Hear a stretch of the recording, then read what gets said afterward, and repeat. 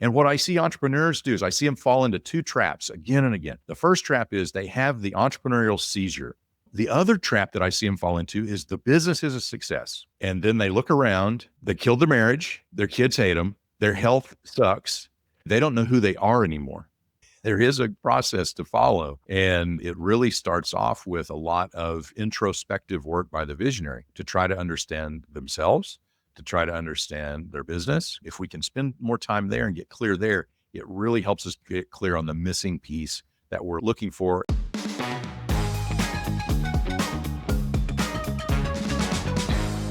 Hello and welcome to another episode of Better Business, Better Life. I'm your host, Debra Chantry-Taylor, and I'm passionate about helping entrepreneurs live a better life through creating a better business. I'm a certified EOS implementer, I'm an FBA accredited family business advisor, and a business owner myself. I have 3 businesses that run on EOS.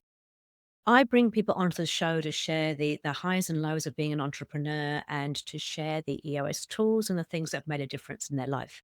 And I'm really excited about today's guest because today's guest has been involved with over 15 businesses throughout his career. Some have gone really well, some not quite so well, some have been bought, sold, but been involved with them and has a lot of experience in the field of entrepreneurship. He was the co-author of what I would call a revolutionary book for entrepreneurs, the co-author of Rocket Fuel. So Rocket Fuel is a book that really brings into people a concept that most of us as entrepreneurs haven't thought of, the visionary and the integrator. And now he's just launched his latest book, which is called Visionary: How Driven Entrepreneurs Get What They Want Without Doing It All themselves. Today, he's going to share with you some of the mistakes and pitfalls that visionaries fall into. He's going to share with you how you can avoid making those mistakes and also some tools that can really help you to get the most of what you want out of your business. Mark C. Winters is an expert EOS implementer. He is the CEO of Rocket Fuel Ventures, and he is also a celebrated author. Welcome to the show, Mark. It's lovely to have you on here. So nice to see you, Deborah. Yeah, I must admit, I'm a little bit of a Mark C. Winters fangirl, and I have been, raving about your books for years, particularly Rocket Fuel being the first book. So I was a bit excited when you agreed to come on the podcast. So thank you very much. Looking forward to our conversation. Yeah, absolutely. My pleasure. So, yeah, Mark, you are the co-author of the original book, which was Rocket Fuel, which I think has been a book that has changed so many entrepreneurs' lives. But before that, you obviously got involved in EOS. So can you tell us a bit about your story and how you came across EOS and how you got to be where you are today?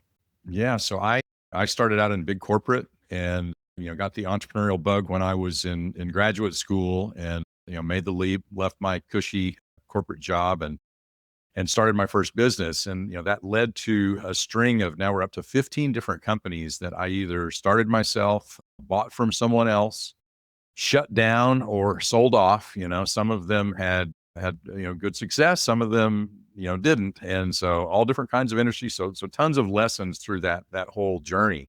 And then I really shifted from being sort of an operator or being an operator to more of an advisory capacity, and I started peer groups, CEO peer groups, and really was enjoying that. And it was funny, they they had a program where every Friday there would be a webinar, and Mike Payton, one of our early EOS implementers, did a webinar on EOS. And so I saw that and I was like, that's really interesting. I had used a system in my own past, but this one sounded better. It sounded simple and I liked it enough to want to learn more. That led to me going to Detroit and meeting a fellow named Gino Wickman. And we sort of became fast friends, and turned out we had a lot in common, EO and some of the people that we knew along the way. And so I became an EOS implementer. I came back to Texas at the time. So imagine this. At the time in the States, there were only a couple of dozen EOS implementers, I guess, actually in the world at that time. And I was the first one in the state of Texas. The next closest one was nearly 1,000 miles away from me. And so it was really, a whole new thing. And so we started to teach people about EOS, and it grew fast. And that's how it started for me to become an EOS implementer. Fantastic. It's probably similar, but different in terms of I was the first.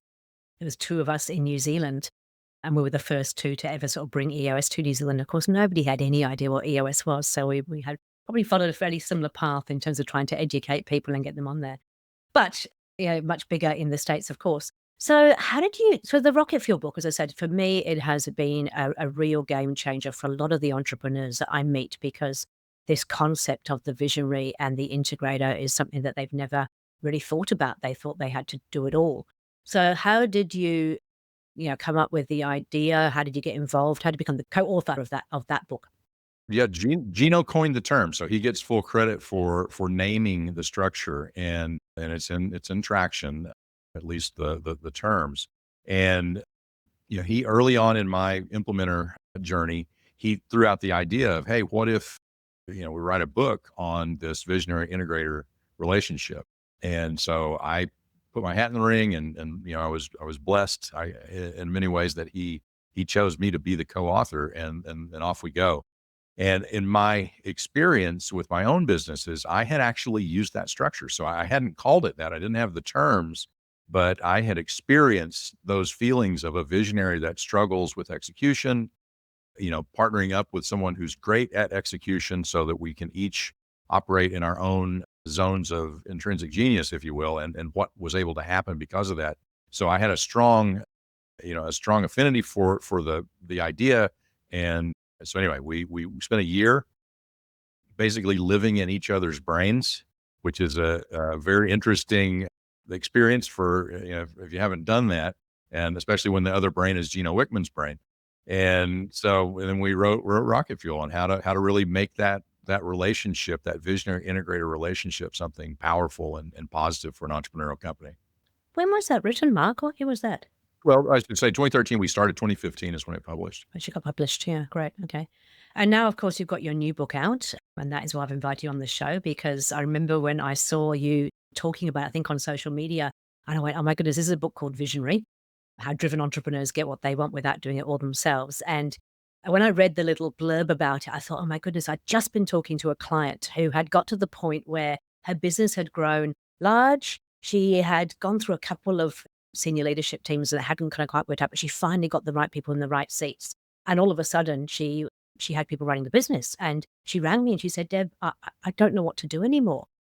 I don't have anything to do. Like the business is running, I've got nothing to do." And I said, "Well, why aren't you just being a visionary?" She said, "I don't know what a visionary is." It's like, this is what you used to do, Justine. You changed your industry. What you developed and the way you did it, that was what you were doing. But she couldn't remember what that really entailed, and she felt lost. She actually said to me she was thinking about giving up the business because she said, I don't have anything to do anymore. And so when I saw your book, I thought, oh my goodness, this is it. This is what a lot of people, I imagine, go through, is that when the wheels are so well oiled and the machine is working well, then it's like, well, I feel useless. What do I do? Yeah, we call that feeling put out to pasture. That's the term that we would hear a lot, right? And it's this feeling of not being as valuable, not being as important, not being as connected, right? And I was actually engaging online with someone earlier today, and they described it as you know basically re-exercising this thing in this new space, which is actually the space that you're wired for. And my observation was, well, the good news is it's not like creating a muscle that you've never had. You've had it, right? You've had the visionary muscle forever. I mean, you were born with this, right? It's just you may not have been fully using it for a while. So the good news is once you lean into that, it tends to wake up pretty quickly. And the next thing you're off and having fun and doing great things again. Yeah. I'm going to come back to the book and some of the pillars that are in there. Says the 10 pillars of greatness. But one of the things that I've seen, and I'm sure you've seen it in some of the companies you've worked with as well, is that when we do feel like we've been put out to pasture, what can happen is the visionary then starts to come in and meddle because they don't have anything. They're not clear about what they should be doing. So they come in, we call them the seagulls, where they come in and kind of shit all over the place and then fly off and leave it for everybody else to. And I've seen that happen a lot where the visionaries do. It's almost like they need to create some more chaos and some more fires because otherwise, what do? Yeah, they get bored. They get bored. I call it tampering, right? And Okay. so, I Yeah. mean, that's the effect, right? Is they come in, and again, they don't have bad intention. They think they're helping. They think they're doing something good, but the reality is when they make a decision or they give direction without consideration of the context of everything else that's going on, the plans that are in place and the things that have already been set in motion by the integrator and the other leaders in between them and whoever they happen to be talking to, it can stir up a mess. And we don't want visionaries to feel like they can't communicate. I mean, I want visionaries to communicate all the time, with everybody. They should be talking and listening, right? And being engaged with anyone in the organization, frankly, that they want to, the more the better. But it's when they step over that line of actually making a decision or giving some kind of direction, which may be changing again the things that have already been set in motion at the wrong place. That's much better handled if they work that through the integrator. I always say that to the visionaries and to the founders, it's like, you can go to any level 10 meeting you want to, and you should, because it's a way to keep connected. But just remember what hat you're wearing when you're in there, which means you're not there unless you've got a role in that particular function, then you're just there as an observer, as a somebody who can, but not the person who can actually make the decisions. And that's when, you get the end runs and things happening, things go wrong. So you've got these 10 pillars of greatness to help make your vision a reality. Would you like to talk to us a little bit about that? Sure. So where this came from, after we wrote the book, we developed a program to help integrators become great. And we sort of started with the integrators because it was new and there's lots of people doing things for CEOs and visionaries, lots of peer groups for those folks, but there wasn't really anything for the integrators. So we developed a program focused on how to help integrators learn how to become truly great, what that looks like and where they are and be able to build a plan to kind of get them from point A to point B. And then that worked really well, and we helped a lot of folks do that, which created more integrators to help these visionaries. But I sort of had in the back of my head, and it started actually coming up from the integrators. It's like, do you have anything like this for our visionaries? It seems like our visionaries could use some help. And so, in conversations around that, it's like, this actually probably would be a really good idea to show the visionary what it looks like for them to be truly great in that role. And so a few years ago, I framed it up and I did the first visionary masterclass actually at the US conference out in San Diego a few years ago, whenever that was, and had a room full of them, and it was fantastic. I'd done a talk where I had a bunch of folks in the room, and the reaction was really good. And then I was able to put a room together of just the visionaries and take them through it, and it was fantastic. And so it basically walks through these 10 things, these 10, I call them pillars, that you've got to focus on. You've got to think about, you've got to work at if you really want to, you know, engage in this role and deliver it the way that your company needs it and the way that you need it. So it's about much more than the business. The business is one piece of the puzzle, but there's a lot more to the visionary life and the visionary world than just the company. Absolutely. I've got the book here, of course, and I've got copies of it. I've been giving it out left, right, and center over here and get to people who want it. And by the way, anybody who's listening to this show, they're based in Australia and New Zealand. If you want a copy, please let me know. I ordered a whole bunch of them. I'm happy to give them out. One of the things that really struck me was reading it and listening to it, because I was actually listening to it on Audible and reading it at the same time. And it was around the fact that there's different types of visionary, there's different types of integrators, and at different times in the business, you need different types as well. So, the integrator I always say that the people who got you to here may not get you to here, but it's the same with your integrator and your visionary. The integrator that got you to this point may not be the person that takes you to that. So can you tell me a little bit more about that? Yeah. So, we think about it as a three-piece puzzle. So, in Rocket Fuel, we talked about the two-piece puzzle, which is really the visionary and the integrator fitting together. And then as we worked with it more and had more conversations, there's really a third important piece there, which is the business. And so where each of those pieces intersect, where they connect to the business, the question that we're answering is, okay, what kind of visionary does this business really need? What kind of integrator does this business really need? Right. And so you can think of a scale, we call it a spectrum, that goes from really simple on one end where the complexity is not that high. It's not growing that fast. There's not a lot of competition. Maybe the ambition of the founder isn't, a lot, whatever. There's some situations where there's not as much need for either visionary energy or integrator energy. But on the other end of the scale, there's a lot of that. There's a ton of complexity and it's growing super fast. And there's all kinds of craziness going on and regulatory things to deal with and lots of people, lots of markets, lots of different products and offerings, whatever it might be.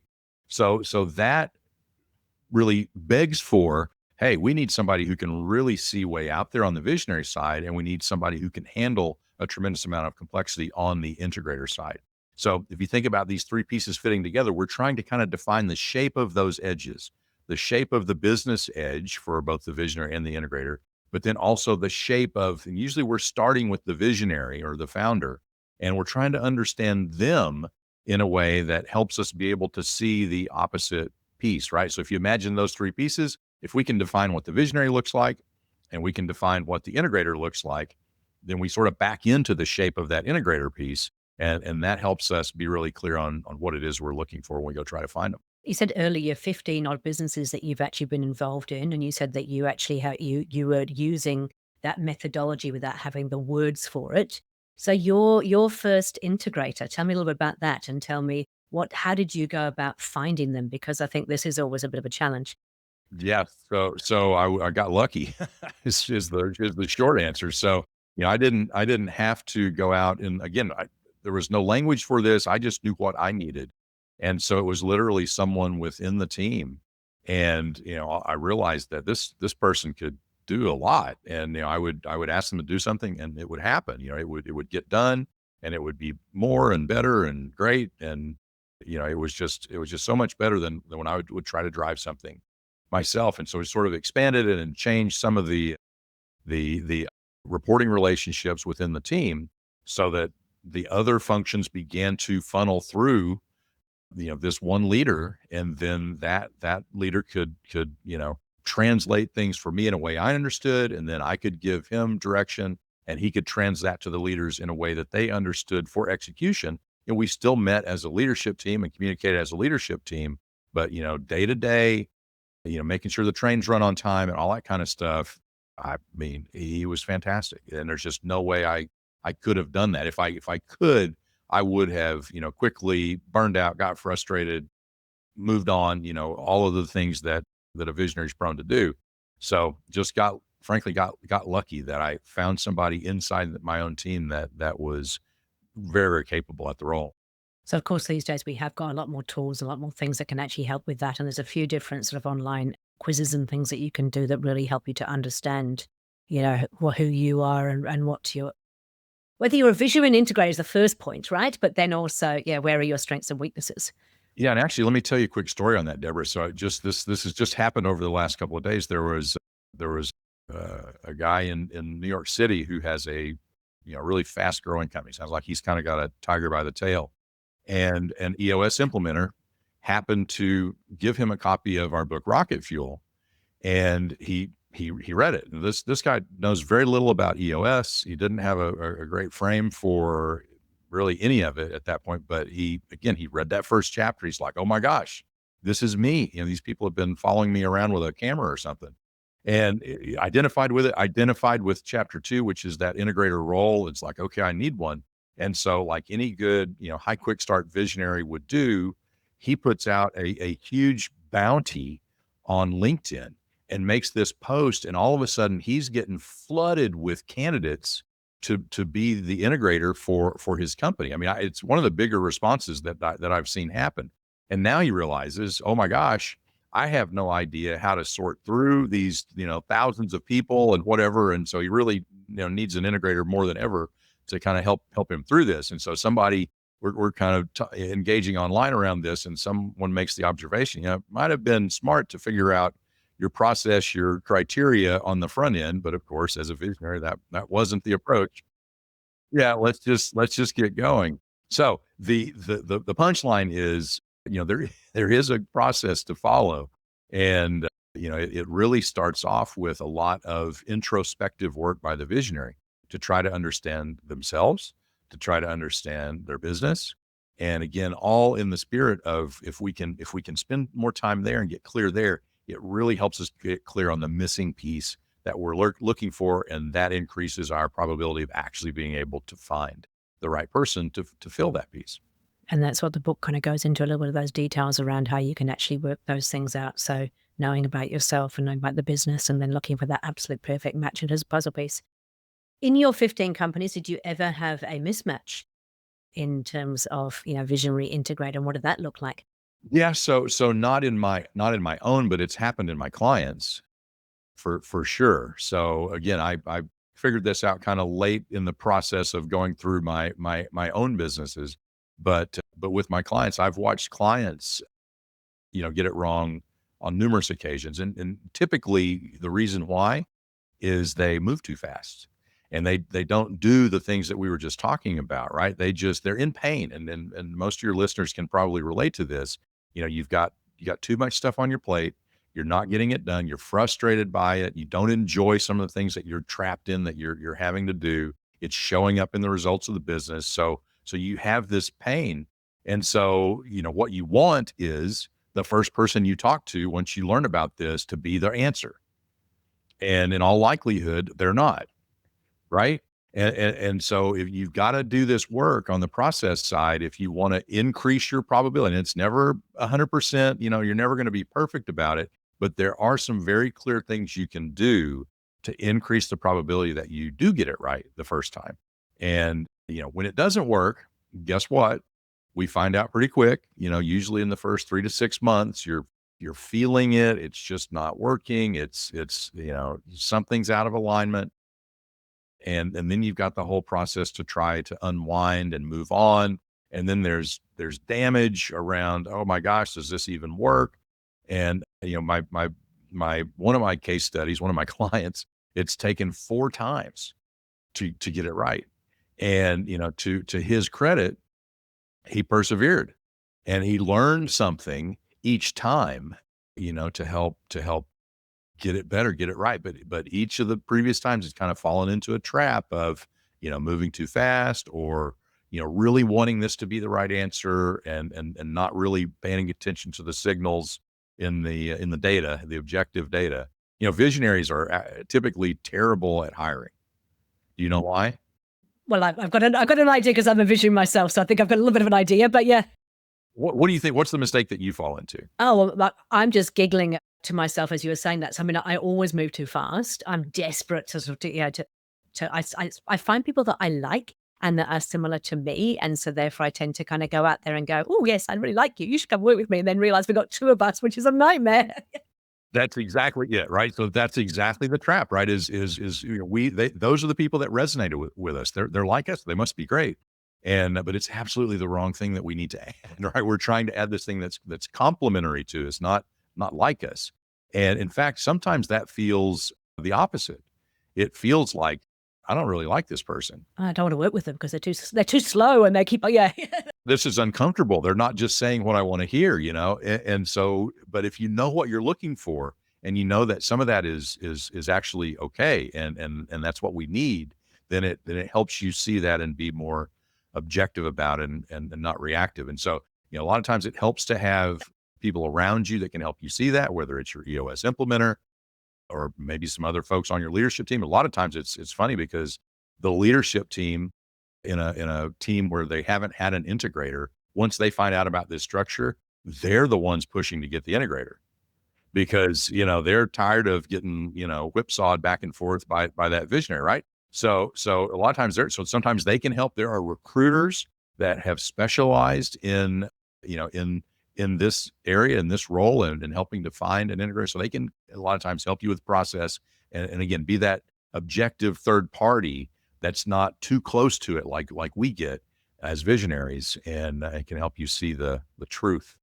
And I think that there needs to be a natural tension, doesn't there? And I think that's sometimes a little bit difficult for us because I always sort of say when I'm talking to people about the way that I operate in my business is that I can be really persuasive, right? That's part of my skill set. I'm really good at convincing people that what I want to do is the right thing. And you actually need an integrator who's going to be able to push back on that and come back at it with a data perspective or a different perspective. And it should be a good, a little bit like a marriage, a little bit of, good fighting, conflict is really helpful as opposed to just always saying yes. Yeah, it's healthy friction, right? And so the power comes from the polarity. So if by the degree of our difference is actually what generates the power of that relationship. But we take this, the natural friction of we wanted to butt heads all the time, and through our structure, so through the 5 rules that we teach in Rocket Fuel, we take that friction and we blend it into a positive power that then that's what ultimately drives the business to the next level. Okay, great. What does the one thing, because I know through writing a book, I've just finished writing a book myself. I know through writing a book, you actually do a lot of You did a lot of inner work as well when you were actually working on it. What has been the thing that you've taken from writing this book? Well, get kind of meta with that. I think it's about the importance of capturing the things that you learn in a way that help them make sense to you. There's patterns that I've experienced myself, but of course, it's like now I live vicariously through all these other visionaries, right? Whether they're my clients or they're people who engage with other rocket fuel programs or whatever. I get to hear their stories and talk to them and see their situation. And so, when I see the pattern, it strikes me in a certain way, and I try to capture that. And my instinct is I like to model things. And so, I love being in front of a whiteboard, talking to somebody is like my happy place. I can sit there and I can kind of draw it out and I can go, okay. And I kind of play with it in a way that it starts to make sense for me. And then I can interact with you and go, okay, does this make sense to you? And then you teach me something and together we make it better. Right. And so in writing this book, when it was done, I go back and look and it's like, there's a lot of stuff in there. There's a lot of stuff in there. There's a lot of tools. There's a lot of patterns. There's a lot of things that have just been distilled through literally thousands of different visionaries that at this stage I've engaged with and kind of pulled it out. And so for me, I'm just I again I learned that there's value in not just letting that stuff float down the river past you and not taking time to nail it down. I'm interested. I've got a personal question now because I've done the rocket fuel, the crystallizer test, right? And I'm one of the few people who actually scores over 80% on both Visionary and Integrator. And I'm not quite sure exactly why. I know, very dangerous. I think because I'm a scientist by trade. And so I think I've got that very structured way of approaching this. But I've also run, companies have got 220 staff as a GM or a CEO. And so I've been able to do it. I think I naturally am more of the visionary, but I definitely have a score quite highly on both. What is the danger when you are that way inclined? So it's role confusion, right? So you get caught in this back and forth of not being sure and not trying to decide and not letting yourself decide. So, recognize there is a very small percentage, we'd say 5% or less of folks that are visionaries and integrators. And everybody's not a visionary or an integrator, right? I actually tested this. So because when I first started EOS as an implementer, we got given the crystallized rocket fuel test. I decided to test it on my husband at the time, who was an actuary. And so I thought, okay, let's get him to this test and see what. And it came back and said he's absolutely neither, and he scored low on a whole bunch of stuff. So I was like, yeah. So it is true. You're not always one of the, and nor do we want everybody to be a visionary or integrator either. 100%, right? I mean, and that's great. That's exactly how it should be. Again, there's lots of other super important and meaningful roles that we need folks to play. So these are just two of them. And so everyone's not one of these, but if they are, you're sort of high on both, low on both, high on one or high on the other, right? And so you're the high on both. So the risk here is role confusion. And what happens is, you either one, you convince yourself that, you know what, I'm that rare unicorn that can do both. And I'm great at both. I don't need any help. I don't need anybody else to do this. And so you sort of kick the can or look the other way and pretend that you don't need that counterpart and you keep trying to do it all yourself. And again, there's a very small percentage of people who they're capable of doing that at a high level and they love it. Okay. So that's that. Most people though, again, just kind of get caught in this swirl of trying to figure it out. And so the test, Deborah, is all right. If I fill you full of, bourbon and truth serum, and I hold a gun to your head figuratively, and I go, okay, you can only choose one of these for the rest of your life. Which one do you choose? Visionary, without a doubt. Yep. And I've learned that because I did try. I tried to do both for quite some time and realized it was a complete disaster. Well, and so the way you reacted to that so quickly is what I see. When I push someone to that question and I really kind of get them in a corner and I make them pick, they know. So they know one of them. And it's not always visionary, right? So some people they go the other way. But the other thing that's going on there is because you've run businesses, you've started businesses, you've had this, this amazing career, you've had to learn to do a lot of stuff just out of necessity or survival, right? And so you've got really good at a lot of things. And so when you're taking the assessment, remember the mindset is not, can you do this? It's do you love it? Right? Is this what you really want to do? Because just because we can doesn't mean we should. And in fact, for visionaries, a lot of times it's the opposite. It's the thing that we're not letting ourselves spend time and energy on. That's the thing that's missing. That's the thing that the business actually needs you to do because you're the only one that can do it. That is really good. It's really, and I try to tell my clients when they do that test is to do it from that perspective. It's like, yes, you can do it, but do you love it? Yeah, does it really make your heart sing? And yeah, then that sort of often gives them a much stronger answer.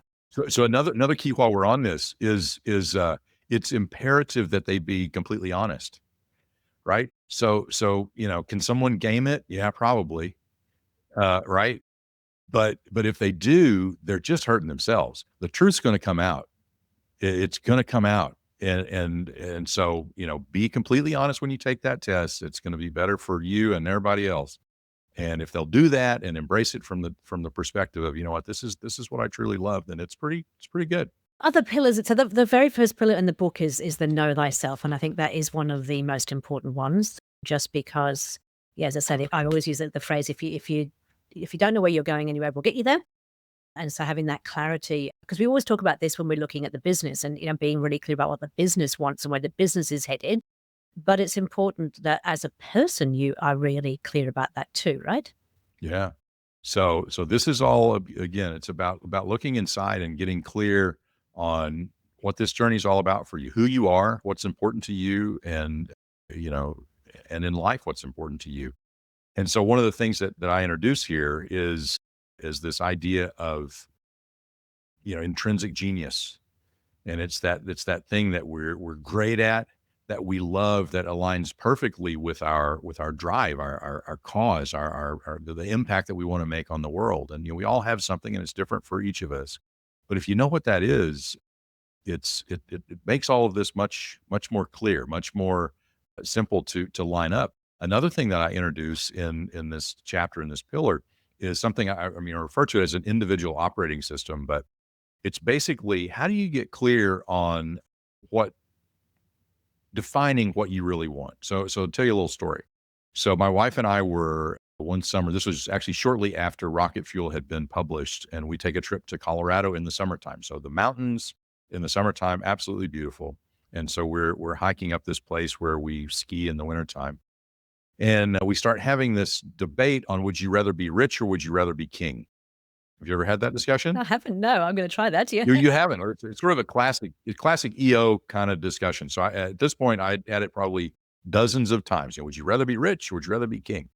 And at different times in my life, depending on where I was and what was going on, I probably answered it, both ways at various points in time. And so for whatever reason, on this day, when she asked me that question, I was like, it depends. It depends on which one of those is going to give me more of the freedom that I want. And so then that started me thinking, how do I define that? What does the freedom that I want actually look like? How would I define that? And so that started me down this path of looking at, all right, everybody's got a list of all your life areas and whatever. And so I rounded up like 25 of these people and their lists. And I did this big cluster analysis and kind of said, well, this is the same as that. They're just calling it different things, and kind of put them all together. So in the end, there were 9. There are 9 what I call domains of freedom. And some of them are the usual suspects, like your body, your mind, your spirit. Some of them, the layer I call the multipliers, is like time, money, relationships. Place is one, right? So if you can do things in a beautiful place, that's a multiplier. If you can't, it can tend to hold you back.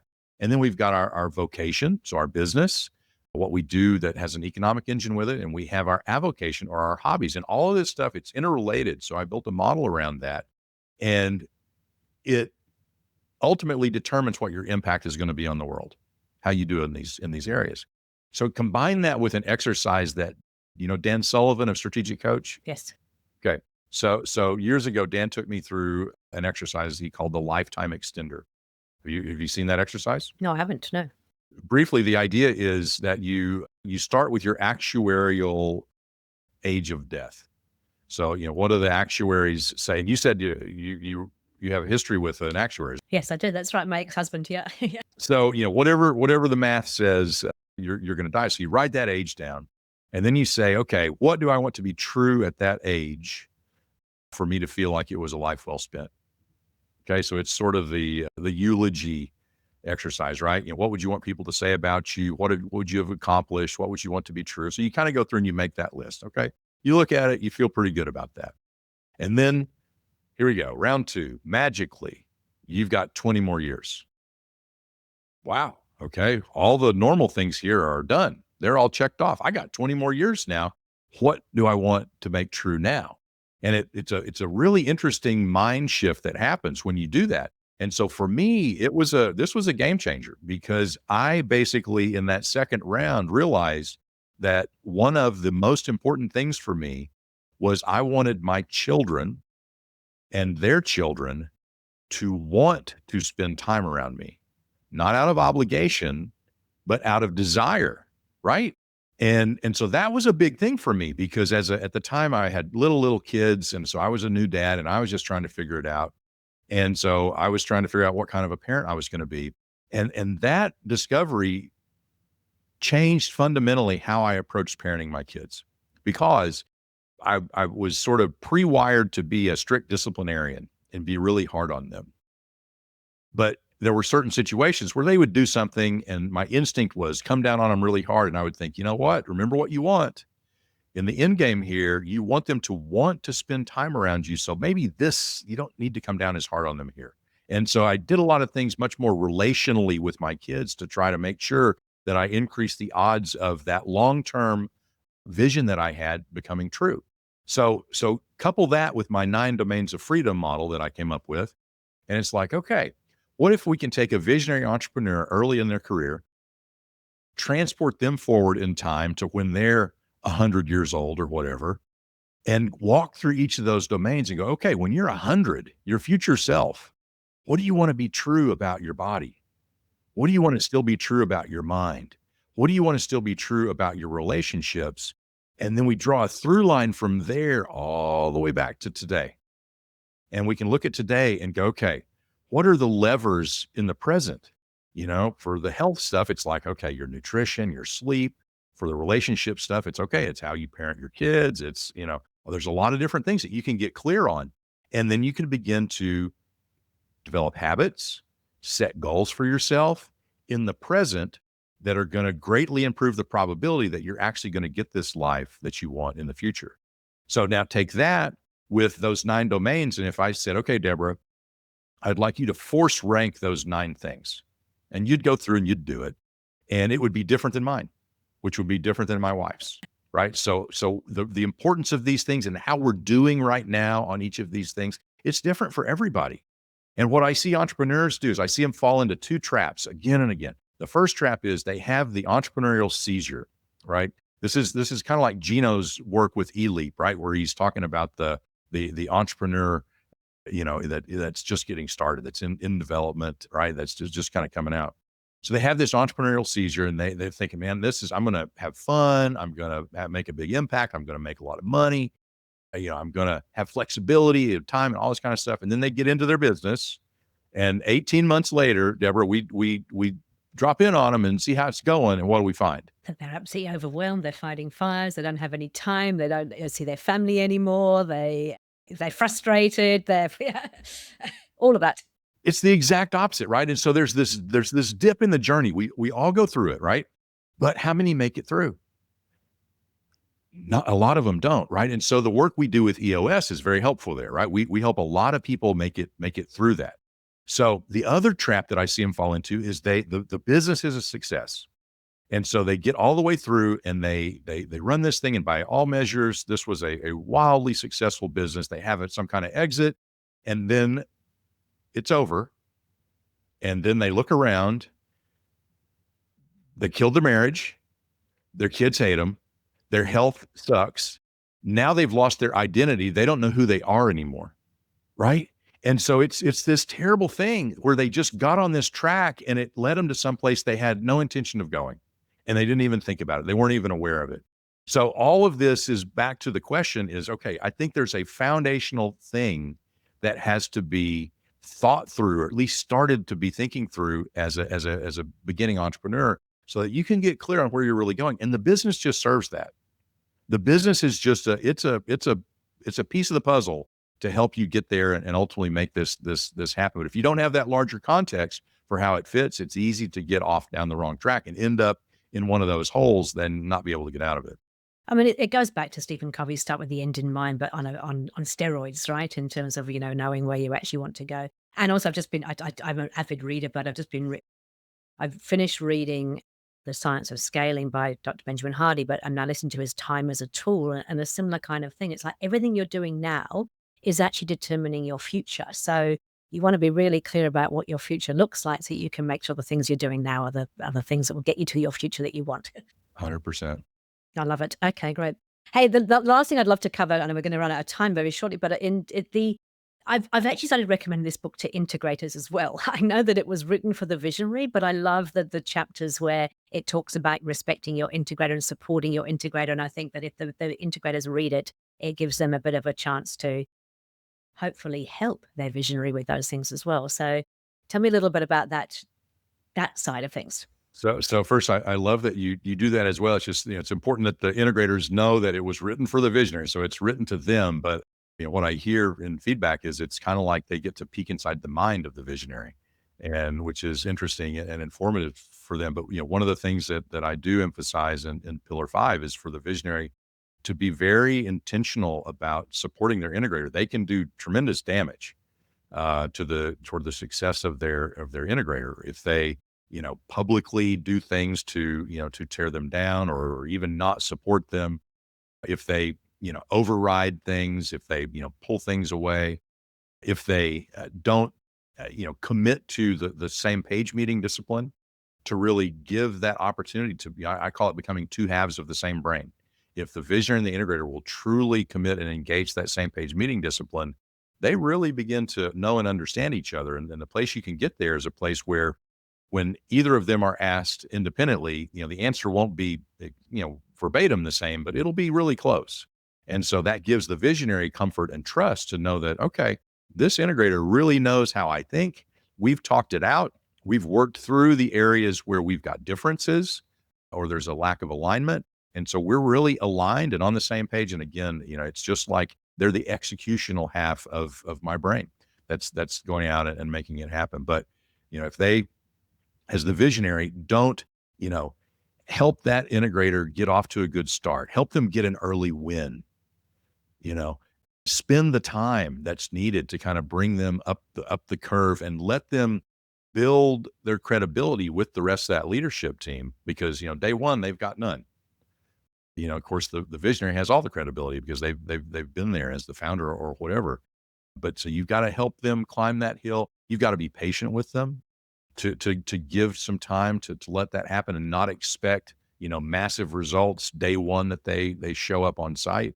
That's a risky move to go that. Don't assume that they have all the answers. Let them kind of get to know the business for a little bit, and then you kind of turn that dial up and they begin to take on more and more until they're eventually fully leaning into that role. I was gonna say one of the things that I'm thinking is, I know that I've worked with visionaries and they're just so busy, they haven't got time for this, they haven't got time for the same page meetings, and it's frustrating when you see that because you know that that is a really key part is to be able to, as you said, spend the time to you've got to really know each other inside out, and if you don't spend time together, how can you? Yeah. And the initial, response I'll get on the same page meeting is, "Oh, we spend tons of time together. We see each other every day. Our offices are right next door. Our desks are right next door to each other." But that's a very different kind of engagement, right? It's very superficial and transactional when you're just meeting in the hall and talking quickly about something versus dedicated time that's protected and set aside where we've got 3 or 4 hours and we can go deep. We can get into and fully explore and discuss whatever it is that's out there that we either are already, off the same page, or we're concerned that we may end up not on the same page and dive through that. A tool here I do want to be sure to mention is I call it the Rocket Fuel Power Index.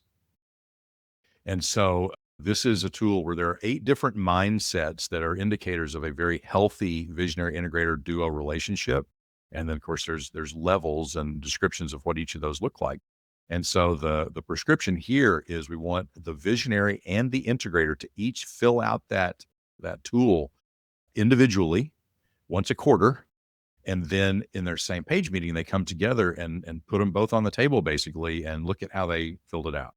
And so what they'll see is, okay, we're looking at this one pretty much the same way. So nothing really we need to talk about there. Maybe some things we can do to get it better. But this one, wow, you ranked it really low and I ranked it really high. What's going on there? Why are we seeing things so differently? And really that's very rich for discussion on how to get aligned and something that one of us or both of us are missing there. So it's a really good tool. So that power index, the duos that use that, quarterly see amazing results. That's good. And I mean, it's similar to what we do with the leadership team in terms of where we're at completely different ends on the organizational checkup, is having those conversations really help to get people on the same page again. It's what it's all about, is understanding why you thought that and I thought this, and how do we meet in the middle? Yeah. Yeah, or like we use the people analyzer in each quarterly as we're having a quarterly conversation, just to make sure that, we're clear on the expectations and how do they see it? How do we see it? And where we see it differently, make all that go away. Let's make it visible, how we're seeing things and talk about where it's different and figure it out.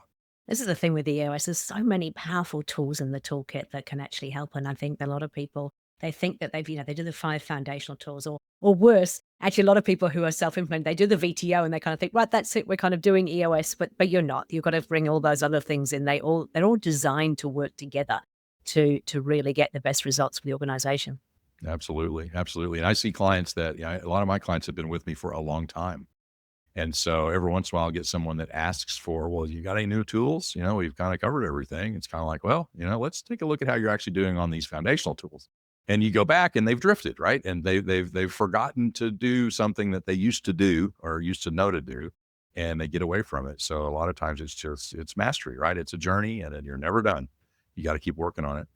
I actually went back to visit an old client who was struggling and said they weren't getting the results anymore. And so I sat in on one of their level 10 meetings, and they had things that were off track on the scorecard. They didn't drop them down. And I just sat there and listened until we got to 10. It's like, why did we not drop that down? We know what's going on there. It doesn't matter. You're like, yes, sure, you might know what's going on there. But the whole point is, if it's, if because it was actually something really quite major, one of the leading indicators for sales. And it's like, you're not getting the sales, you're not achieving your leading indicators for sales, and you're not dropping it down. Hello, this is part of the methodology of this whole level 10 meeting. Yeah. Anyway, it's always interesting. You're right. It's a journey to mastery, and we never quite get there. And even as I've been doing EOS for 6.5 years now, you've been doing it for a lot longer. There's still things that I learn all the time, which is just great. And we run our 3 businesses on EOS, and we're still learning ourselves. Yeah. Mark, such a pleasure to talk to you. I'm so excited. I've loved having these discussions. I do want to make sure that the listeners kind of walk away with something they can actually do. So I know we've talked about some of these things, but can we just do a quick recap? 3 top tips or tools that you would say, hey, if you can do these things, this will really take you forward. Yeah. So the first one would be to, check out the books, and just to kind of recap there, think about the rocket fuel book as really outlining the structure for how to make that relationship, that visionary integrator relationship truly great. And then visionary for what it looks like to be truly great in that visionary role. And it's a much broader picture, right? So it covers a lot of things beyond just that relationship. So, those are both really a great place to start. The second thing I would recommend is go to rocketfueluniversity.com and take the crystallizer assessment if you haven't. And that's going to give you a good indication of, how much visionary you are and how much integrator you are. Be sure you're very honest with yourself as you go through that. If you're not, it's going to come out in the end. So, we're going to find out. So you might as well be honest from the front end if you want that to help you as much as you can.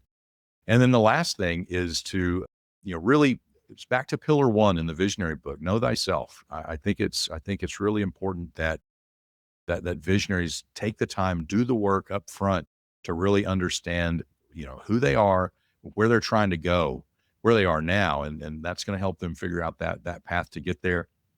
I do lots of writing on this. And so if anybody wants to go to, markcwinters.com or visionarybook.com, either of those, and you can kind of get into, I do a weekly newsletter that really talks about this, where I talk about the things that work that I've seen, the things that I've seen that don't work. And the whole idea here is we can learn so much from each other, and go farther and faster together and hopefully avoid some of the pain along the way, right? Everybody doesn't need to make the same mistake. We often think we do and insist on doing it that way. But a lot of times you can learn from someone else's mistake and actually step around that hole and get there a little faster. I've actually registered myself on the visionbook.com site, and there's some great tools and things there. So definitely visit that. Beautiful. Hey, Mark, again, lovely to have a chat to you. Thank you for sharing so openly. Thank you for giving us all your wisdom. Really appreciate it. Yeah, thanks so much for having me, Deborah. Great to see you.